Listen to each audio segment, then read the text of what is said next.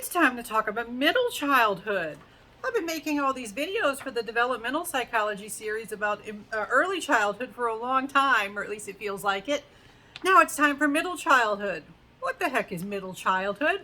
We are talking about approximately age 6 or 7 to approximately age 11. Now that endpoint, age 11, that's going to vary for a lot of people because essentially it ends with puberty. Not everybody goes through puberty at the same time. You're going to have individual differences. So on average, that would be about age 11, but about age 7 to about age 11. And some of the things that we're going to talk about are going to be more evident because of, cognitive advances and things that you're learning in elementary school or early middle school, late elementary school. So just keep in mind, the ages, the boundaries are not necessarily, rigidly defined. Now, we're going to start by talking about physical and eventually cognitive development in middle childhood. And for physical development for my classes, I am not going to go into a tremendous amount of detail since I am teaching a psychology class and I'm making this video for a lifespan psychology class where we have to cram a lot into that single semester. So this is where I am going to kind of just focus on one aspect. For physical development in middle childhood, growth is still happening. It has slowed down. It is not nearly as fast or as rapid or as extreme as what you saw in infancy, toddlerhood, or early childhood. There is still growth going on. On average, you have a gain in height of an average of 2 inches per year and about 5 pounds per year during this time. These are norms. These are just averages. These are just based on general trends. There are tremendous individual differences. There are those children that are just shorter, lighter, heavier, who have growth spurts. And as you get closer to puberty, some people are going to go through puberty earlier, and that's going to be influenced by a variety of factors. Genes are a big one, but genes, stress, nutrition, lots of factors go into these timelines. But those who are going to go through puberty earlier, they may have a growth spurt and they may grow more than their classmates.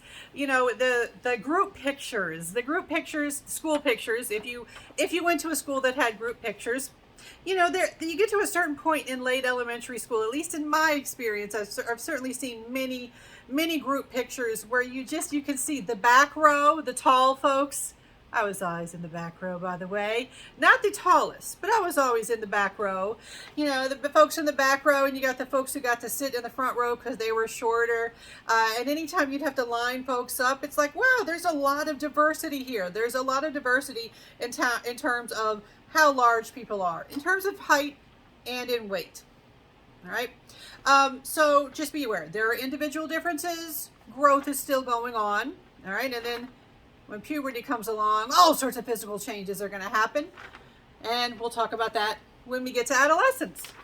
Now, that's all I'm going to say about physical development for my classes. And now I'm going to move into cognitive development. And with cognitive development, you may already be anticipating, if you've already watched some of my other videos, that, it's cognitive. Let me guess, we're going to start with Piaget. And you are right, we are going to start with Piaget. How very observant of you. Remember, Piaget had 4 stages of cognitive and intellectual development. We've already talked about sensory motor and pre-operational. Now we are ready to become operational. But there are 2 operational stages.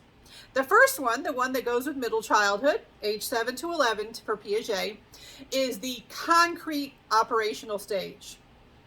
Later, we're going to have the formal operational stage, age 11 and up. We'll talk about that later. For the concrete operational stage, so this is his 3rd stage. It goes with middle childhood. Operational means logical. So that means they're logical in some ways. And they do have some limitations, but they are logical, especially compared to those pre-operational, those folks in early childhood. And so this concrete operational thinking involves the ability to reason logically about direct experiences and perceptions. What do I mean by direct experiences and perceptions? All right, direct means it's happening to you. It is personally known to you. You're not imagining. Your indirect experiences are when you experience it through other people or reading about it or imagining it. And with concrete operational thinking, you can reason logically about stuff that you've actually experienced. Basically, you are limited to your own personal experiences in many ways. They don't yet handle abstract concepts yet, where you have to look beyond what is directly known. Kind of read between the lines is an expression that can apply here. If you've ever read a book, I'm really hoping you have all read at least one book in your life at some point. But a book that has a plot, a narrative, a novel. There are times where you're just focused on getting the plot. What happened in this book? But sometimes you catch on to deeper, hidden meanings in that book, like imagery, and themes, and symbolism, and things standing in for other things, and characters representing famous people and historical figures. All right, that sort of stuff. Getting the hidden meaning, the unstated meaning, the not obvious meaning, that involves some abstract thinking. The fact that your 7 to 11-year-old, your concrete operational thinker, they can't really do that well quite yet. That's why in school, when they start to read books, and they usually call them chapter books instead of novels at that point, at least they did. They did in my day. They might nowadays, they may not. But when they start to read longer books with a narrative, longer fiction, they often just focus on, does the child understand the plot? All right, later, when you get to possibly in middle school, but definitely high school and college, typically they just assume, look, we're not going to talk about the plot. We are beyond the plot now. You need to tell me about the extra stuff that you perceived. And that's often frustrating for some students because it's harder. All right, so that's just one example of, more abstract type of thinking. All right, so when you're thinking concretely, you don't always get the big picture. You will miss things, especially things that require, a deeper level of thinking. Now, what can you do? When you are in concrete operational thinking, what can you do? How are you superior in your thinking compared to a pre-operational child? Well, you have good skills for classification.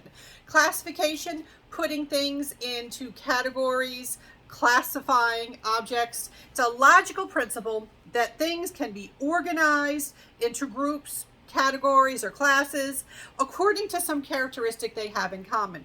So, if you learned about the animal kingdoms and you learn, okay, so we've got, what's the full list? Kingdom, phyla, order, species, genus. I might have gotten them wrong. It's been a while. That's one thing when you're not taking those classes anymore. You slip in the specifics. But if you've had biology, animal, zoology type biology, you know what I'm talking about, right? Okay, so with the animals, so you can learn, okay, so they have some things, okay, so you have things that count as mammals, things that count as reptiles, things that count as birds. And then you can, you learn, and then we can categorize them this way. Or you can learn your state capitals or your world capitals. Like, okay, so I remember my kids when they were in school, they both had the point where I was helping them with their homework, and they had the United States map, and they had to learn, okay, here are the northeastern states. Here are the southern states, or sometimes the southeastern states. Here's the Northwest. Here's the Midwest. Breaking them into groups and say, okay, within these groups, let's talk about these states. And each of these states has a capital, a special city. And let's see if you can learn that. And so things like putting things into groups, they start to be really good at that. They start to have the ability to understand groupings and organization, and also just memorization because of brain maturation and other things going on. They can start to memorize things. They can start to study and memorize things like what goes into what group, what's the capital of what state. that sort of learning, they start to have good abilities for. And so in addition to classification, they also develop the ability for seriation. So series, think series, cereal, like not cereal that you eat, but being in a series, order. Order is what this root word has to do with. Seriation, you can put things in order. And so this is that you have the ability for arranging things in a series. Like you might take objects and arrange them from smallest to largest. Even for color, you know, from the understanding shading, like, okay, so we don't just have black and white or any other color. You know, we don't just have white and red. We have these other colors like light pink and darker pink and fuchsia and other colors that you can consider. You know, and then so they can understand. They can put them in order. Like, okay, so which one is shaded darker? They can also organize their things based on, you know, like they might group things in a drawer. They might take someone who wears hair ties. They might take their hair ties and put them in order of color and in shape. You know, they can start to do these sorts of things. So why is seriation important? Math. All right. We talked before about counting. You can start introducing counting in early childhood. You get into middle childhood, you become capable of more difficult concepts that are needed for mathematics. And one really essential concept is understanding how numbers work, not just memorizing numbers, but understanding how they relate to each other, understanding the number line. And so seriation is crucial for understanding the number sequence and logical series, understanding addition and subtraction and how you can undo them. Remember, the pre-operational child has difficulty with reversibility. The concrete operational child can handle reversibility. They can learn multiplication and then learn, here's division, which is the undoing of multiplication. They can learn these sorts of concepts, which will allow for more difficult concepts down the line.